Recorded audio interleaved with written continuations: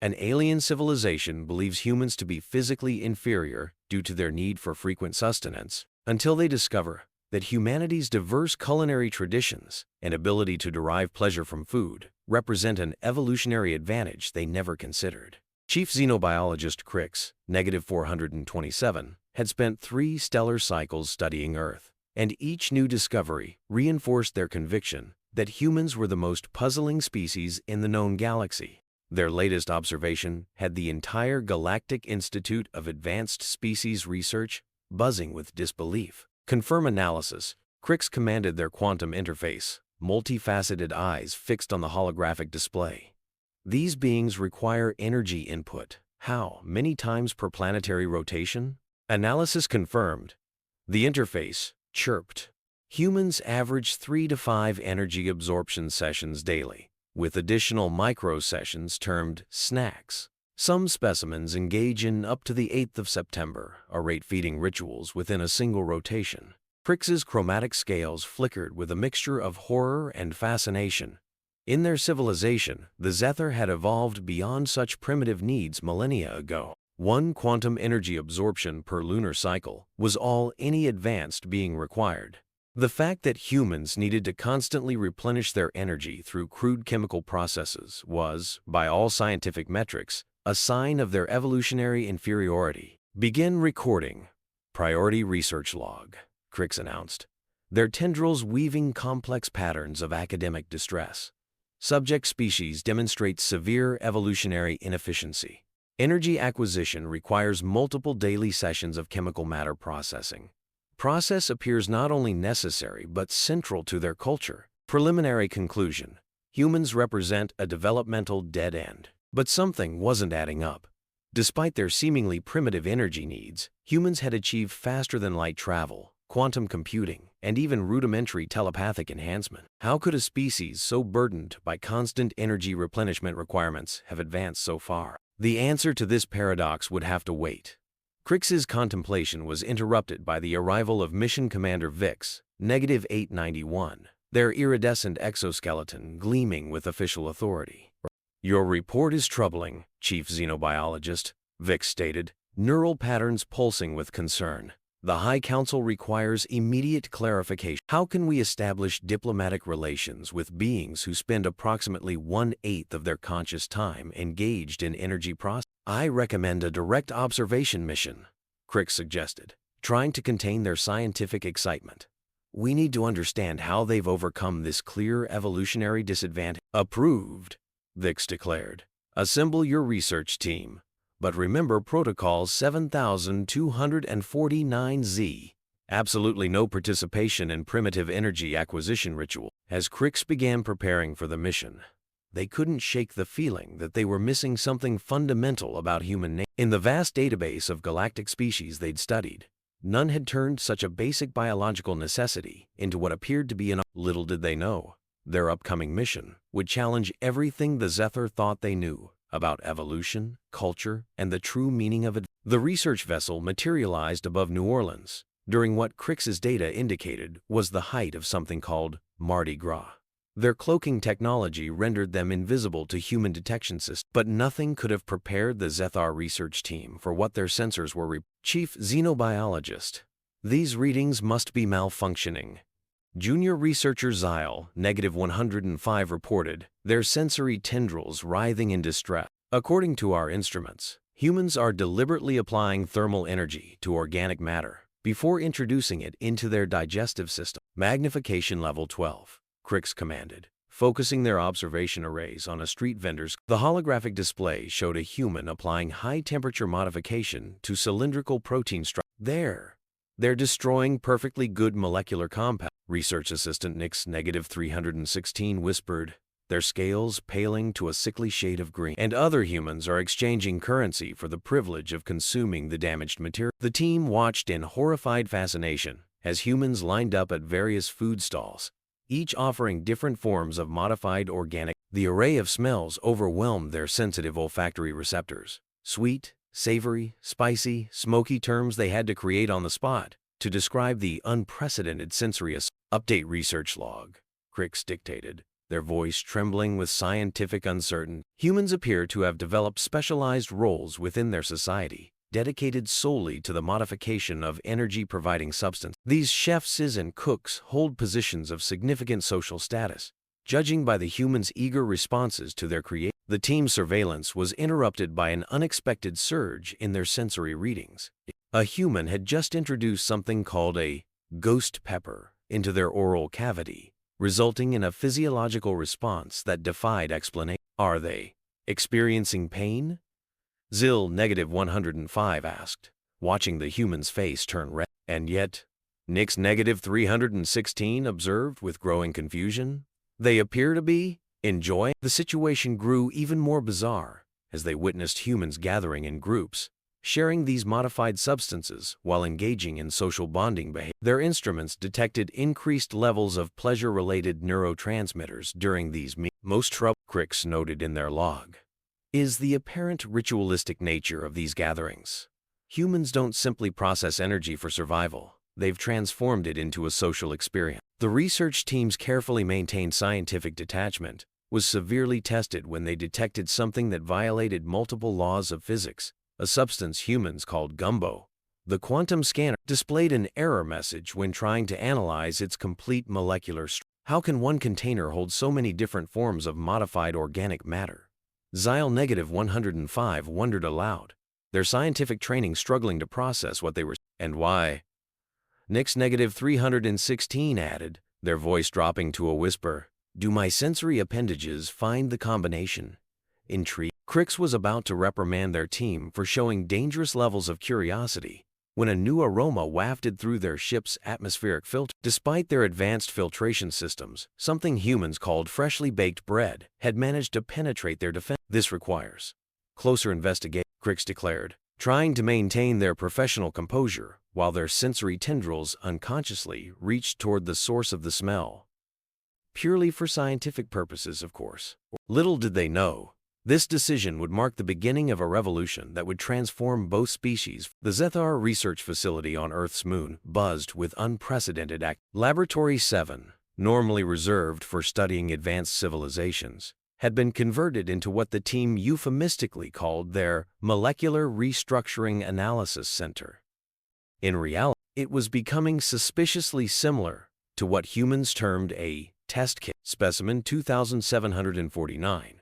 Italian cuisine subset pasta carbonara. Research assistant Nix-316 dictated to their quantum record. Humans combine processed grain filaments with protein-rich avian reproductive units and cured pork derivatives. The resulting mixture defies our standard classification protocol. In the junior researcher Zil-105 was attempting to understand the human concept of bake. Their latest experiment had set off 3 quantum safety alarms and created what their sensors insisted was a temporal spatial anomaly. I don't understand, Zil-105 muttered, examining the charred remains of their attempt at chocolate soufflé.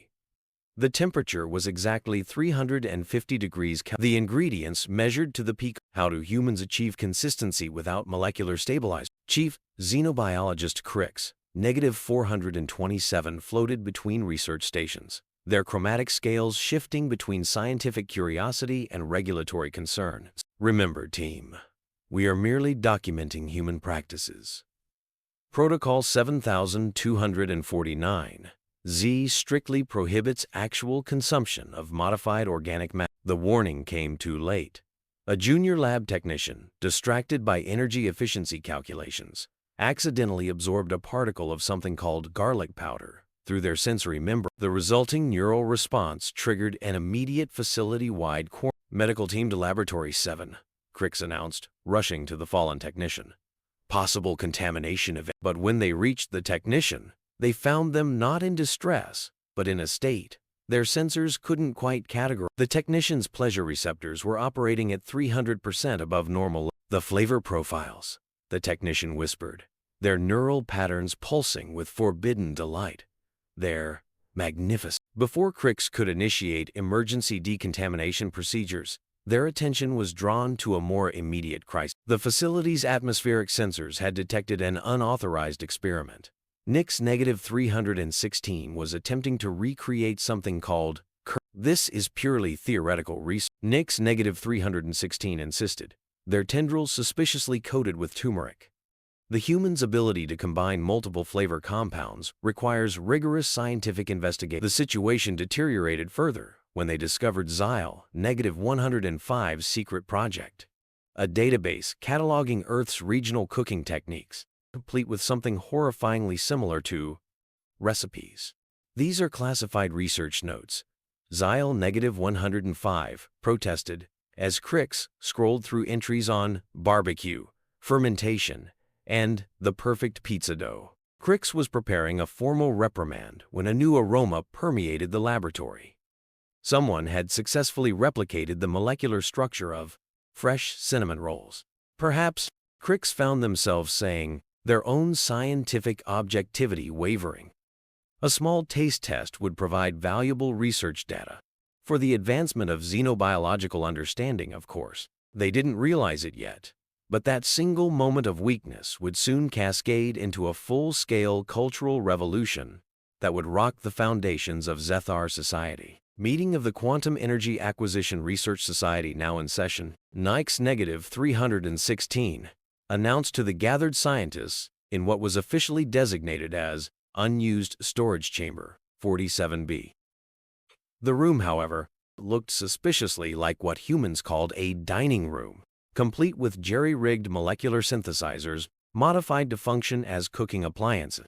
First order of business, they continued, their tendrils still slightly stained with tomato sauce from their latest experiment. Has everyone completed their assigned research into regional Earth cuisines? Around the room, 24 of the Zeth'ar's most prominent scientists activated their holoprojectors, displaying their findings. Each had been tasked with investigating a different Earth culinary tradition, all under the guise of cultural anthropology research. My analysis of the Mexican flavor spectrum has yielded fascinating results. Dr. Teich's -889 report, their scales still flickering with residual heat from their jalapeno the combination of capsaicin compounds with engineered protein structures they call tacos challenges our entire understanding of molecular gastronomy. In the corner, Professor Lix, -662, once renowned for their stoic dedication to pure energy absorption, was attempting to recreate something called sushi. Their normally precise tendrils trembled as they tried to achieve what humans called the perfect rice consistency. The Japanese have developed 47 different terms for the texture of rice, they muttered, throwing away their 15th attempt. How can a supposedly primitive species have such sophisticated sensory appreciation? The meeting was interrupted by the arrival of junior researcher Xyle-105, their membrane patterns displaying the urgent pulses of someone carrying contraband. I've done, they announced triumphantly, producing a small container. I've successfully synthesized what humans call chocolate mousse. The assembled scientists crowded around, their sensory apparatus tingling with forbidden anticipation. This was no longer just research. It was revolution. We must exercise caution, Crix -427 warned, though their own tendrils reached unconsciously toward the dessert. If the High Council discovers our unofficial experiment, but it was too late. The first taste of chocolate mousse sent cascades of pleasure signals through their neural networks that defied all known scientific principles. The Zeth'ar had prided themselves on transcending physical pleasure through pure energy absorption. But this was transcendence of a different kind. Word spread through quantum channels and secured telepathic frequency. More secret societies formed. The Molecular Gastronomy Study Group, the Thermal Application Research Coalition, and most daringly, Cooks Without Quantum Prop. Even the ship's quantum engineers were getting involved, modifying replication technology to produce what they insisted on calling kitchen implements. The head of security discovered 3 different departments had requisitioned equipment for what they claimed atmospheric particle analysis chambers, but were actually primitive heating devices humans called oven. We're approaching a critical threshold, Crix noted in their private log, watching as more of their colleagues succumb to the allure of actual cooking. The ability to derive pleasure from sustenance isn't a weakness as we assumed. It's an entirely different form of evolution. The transformation was spreading beyond their control. Yesterday, they'd caught a senior researcher humming a tune while preparing something called comfort food. The concept that food could provide emotional support was revolutionary and dangerous. As Cricks watched their team share the chocolate mousse with ritualistic reverence, they realized they were witnessing more than just a violation of Protocol 7249. They were watching the birth of a movement that would challenge the very foundations of Zeth'ar civilization. The High Council of Zeth'ar convened an emergency session after discovering that attendance at mandatory quantum energy absorption ceremonies had dropped by 47%. The reason? An underground movement called lunch break. Supreme Counselor Rick's -001's membranes pulsed with agitation as they reviewed the evidence. Unauthorized cooking stations appearing in government facilities, scientists requesting taste testing leaves from work, and most alarmingly, a growing number of high-ranking officials being caught with what humans called, "This is unprecedented," Rick's -001 declared, their scales flickering in bureaucratic distress. "Yesterday, I found my own assistant using a thermal modification device to create something called grilled cheese sandwich right in the central archive." The council chamber's quantum displays showed surveillance footage from across their civilization. In direct violation of energy absorption protocols, Zeth'ar were gathering in small groups, sharing modified organic matter, and engaging in what humans termed conversation over meal. Most disturbing, reported Security Chief Wicks, -773, is the emergence of unauthorized educational facilities. Their presentation revealed hidden locations where rogue scientists were teaching others the forbidden arts of. The footage showed Professor Lick's -662, once their most conservative quantum physicist, demonstrating proper chopstick technique to a group of enthusiastic students. "The key to," their voice echoed through the chamber, "is in the balance between rice compression and fish freshness. We're losing control," warned Council Member Jix -445, their usually perfect chromatic patterns showing signs of stress. "Just this, I overheard two junior administrators discussing something called brunch. Apparently, it's neither a primary nor secondary energy absorption session, but some sort of hybrid." The revolution was manifesting in unexpected ways. The Quantum Architecture Division reported a surge in requests for kitchen modifications to living space. The Department of Temporal Management was dealing with a flood of applications for dinner party scheduling variants. Most shocking was the discovery of an underground publication, The Quantum Gastronome, featuring articles like 10 energy-efficient ways to sauté and Understanding Earth Spike, a scientific approach. Here's more. Security Chief Wicks, -773, continued grim. "We've uncovered evidence of high-level diplomatic meetings being conducted over something called coffee and pastries. The ambassador to Earth's latest report was stained with what our labs identified as chocolate fingerprint." The council was about to vote on emergency containment measures when an aide rushed in, their membranes pale with urgency. "Supreme Counselor, you need to see." The quantum screens activated, showing live footage from the central plaza. Thousands of Zeth'ar had gathered for what appeared to be an unprecedented event. A food festival. The air was filled with aromas that violated at least 15 different regulations about atmospheric. "Is that?" Councilmember Jix -445 squinted at the screen. "Our Minister of Quantum Ethics, serving something called homemade cook." In that moment, Supreme Counselor Rix -001 realized they were facing more than a rebellion. It was a full-scale cultural revolution. Their civilization, which had prided itself on transcending physical needs, was rediscovering the joy of taste, texture, and shared meal. Perhaps, they found themselves saying, watching the happy gatherings below, "It's time we reconsidered our definition of evolutionary." Their words were interrupted by an aide offering them a plate of something called dim sum. For the first time in their long, Supreme Counselor Rix -001 decided that some rules were meant to be broken. Right after they finished this surprisingly delightful, the Quantum Purity Defense Force stormed through the halls of the Galactic Research Institute, their containment fields humming with regulatory authority. Led by Enforcer Mike's -555, they were determined to end what conservative officials had dubbed the flavor insurgence. All unauthorized molecular restructuring devices are to be confiscated immediately, Mike's -555 announced, their enforcement tendrils glowing with official power. return to standard quantum energy absorption protocols or face immediate disciplinary. But the resistance had anticipated this crackdown. By the time enforcement units reached laboratories, they found only empty cooking stations and a lingering aroma of what their sensors identified as freshly baked cookies. The underground culinary network had gone deeper into high. "Sir," reported a junior enforcer, their membranes flickering with confusion. "We've discovered some sort of encrypted communication network. They're using something called recipe share." The resistance had grown more sophisticated than anyone anticipated. Underground cooking cells communicated through what appeared to be innocent quantum research papers, but contained hidden recipes encoded in molecular structure diagrams. A seemingly normal paper on quantum field oscillations was actually a detailed guide to perfecting pizza dough. The crisis reached its peak when enforcement units raided what they thought was a major resistance headquarters, only to find themselves in the middle of something humans called a potluck dinner. The ensuing chaos was unprecedented. "Put down the casserole and step away slowly," Mike's -555 commanded, facing down a senior quantum physicist who clutched their creation protectively. "You don't understand," the physicist replied, their scales shimmering with defiance. "This isn't just food. It's my grandmother's recipe." "Well, not my actual grandmother, but I watched 3 human cooking shows to perfect it." The enforcement team's resolve wavered as the aroma of home-cooked meals filled the air.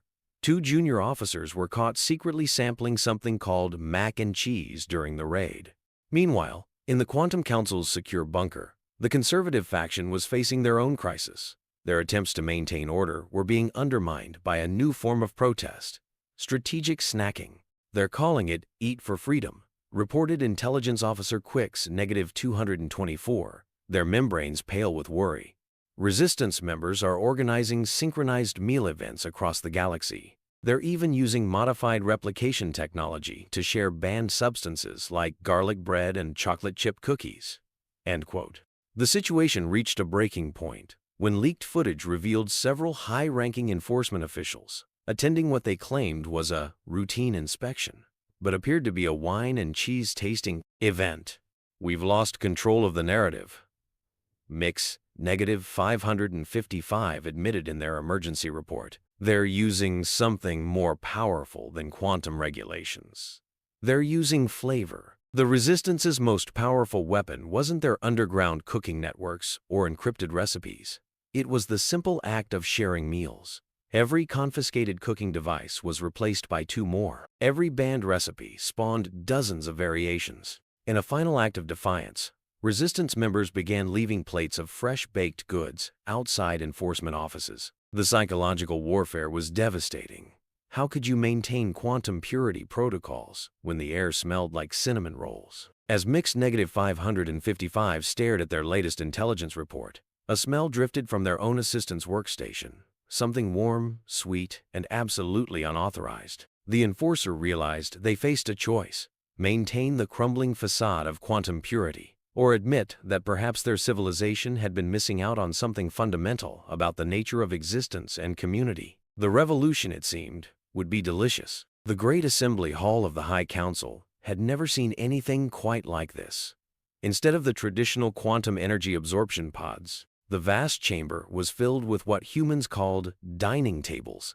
The upcoming vote on the Culinary Integration Act had drawn unprecedented attendance. Supreme Counselor Rix, -001, stood at the podium, their scales now comfortably shifting between official regulatory patterns and what had become known as flavor appreciation mode. "Fellow beings," they began, "we stand at a crucial moment in our evolution.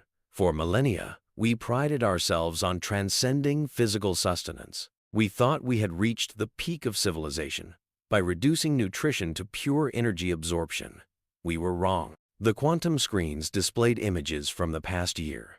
Secret cooking clubs turned into cultural centers, underground recipes becoming part of official curriculum, and most surprisingly, a marked increase in diplomatic success since the introduction of working lunches. "Our research teams have made a remarkable discovery," announced Chief Xenobiologist Crix, -427, now sporting an unofficial but widely popular accessory humans called an apron. Species that maintain physical connections to their sustenance demonstrate higher levels of creativity, community bonding, and diplomatic flexibility. In other words, those who eat together advance together. The evidence was undeniable. Since the beginning of the food revolution, Zeth'ar society had experienced a renaissance in art, science, and social cooperation. The simple act of sharing meals had created connections that quantum networking never could. Even former enforcer Mix -555, once the staunchest defender of quantum purity, had been transformed. They now headed the newly established Department of Culinary Affairs and Cross-Species Dining Relations. The ability to derive pleasure from sustenance isn't a sign of primitive development. Mix -555 declared, their enforcement tendrils now permanently stained with various cooking experiments. It's a mark of sophisticated evolution, the capacity to turn basic survival into art and community. The final vote was unanimous, accompanied by something entirely new in council history: applause and the clinking of glasses. The Zeth'ar would officially recognize cooking and eating as not just permitted activities, but essential parts of their culture. The celebration that followed broke at least a dozen traditional protocols about proper council behavior. Nobody seemed to mind, especially after someone brought out something called champagne. Tea here is just one final matter, Supreme Counselor Rix -001 announced, their membranes glowing with what could only be described as mischief. We need to address our civilization's classification in the Galactic database. We are neither purely energy-based nor strictly physical beings. We are something new, a species that embraces both quantum absorption and the joy of a good meal. The Council unanimously approved their new classification, culinarily evolved beings, with a special note about their mastery of fusion cuisine, both nuclear and gastronomic. As the assembly enjoyed what humans would recognize as a cocktail reception, Crix -427 made a final entry in their research log. Perhaps the true measure of an advanced civilization isn't its ability to transcend physical needs, but its capacity to transform those needs into sources of joy, creativity, and connection. They paused thoughtfully, then added, "Also, these appetizers are quantumly delicious." 5 years after the Culinary Integration Act, the Zeth'ar Central Spaceport looked remarkably different. Where once stood austere quantum absorption chambers, now flourished a thriving food district, featuring restaurants from every corner of Earth and beyond. Former Chief Xenobiologist Crix -427, now Dean of the newly established Galactic Culinary Institute, sat at their favorite ramen stand, their tendrils expertly manipulating chopsticks. They were reviewing applications for the upcoming semester. Competition for spots in the Advanced Molecular Gastronomy and Quantum Fusion Cooking program was fierce. "Can you believe," they remarked to their dining companion, former enforcer Mix -555, "that we once considered this a sign of evolutionary weakness?" Mix -555, now a celebrated food critic for The Quantum Gastronome, was busy documenting their meal with a modified quantum imaging device, what humans called food photography. "My latest review goes quantum viral tomorrow," they said, adjusting the holographic filters. "The new place that combines traditional energy absorption with Thai spices? Revolutionary." The Zeth'ar had not only embraced food culture, but had begun contributing their own innovations to galactic cuisine. Their understanding of quantum mechanics led to entirely new cooking techniques. Quantum seared became a prestigious designation in restaurants across the galaxy. Earth, once dismissed as a primitive world, had become the most sought-after diplomatic posting in the galaxy. The waiting list for reservations at certain Earth restaurants now stretched into the next century. Some Zeth'ar had even developed the ability to cry from spicy food, a biological adaptation their scientists were still trying to explain. In the spaceport's bustling corridors, a tour group of young Zeth'ar students returned from their first Earth culinary expedition, their membranes still glowing with excitement. "And humans do this 3 times every day?" one asked incredulously. "Sometimes more," their instructor replied. "They call them snacks. We'll cover that in advanced human eating habits next semester." The most profound change wasn't just in how the Zeth'ar ate, but in how they lived. Community kitchens became standard features in quantum research facilities. Important diplomatic treaties were now negotiated over long dinners. Family recipes were passed down with the same reverence as quantum equations. In the Galactic Museum of Cultural Evolution, a new wing housed a special exhibit, The Food Revolution, How Flavor Saved Our Species. The centerpiece was a simple Earth food cart, preserved in a quantum stasis field, where it all began. And somewhere in the vast bureaucracy of the Galactic Council, in a cozy corner office, Supreme Counselor Rix -001 prepared for their weekly ritual, teaching their grandchildren how to bake cookies. As they watched the young ones experiment with different flavor combinations, their membranes glowing with joy, they reflected on how far their civilization had. Remember, they told the children, sprinkling chocolate chips into the dough, sometimes the greatest advancement isn't in transcending our needs, but in transforming them into ours. The children nodded wisely, then went right back to sneaking bites of cookie dough, a practice that, while still technically against Regulation 7249Z, was now considered an essential part of the baking experience.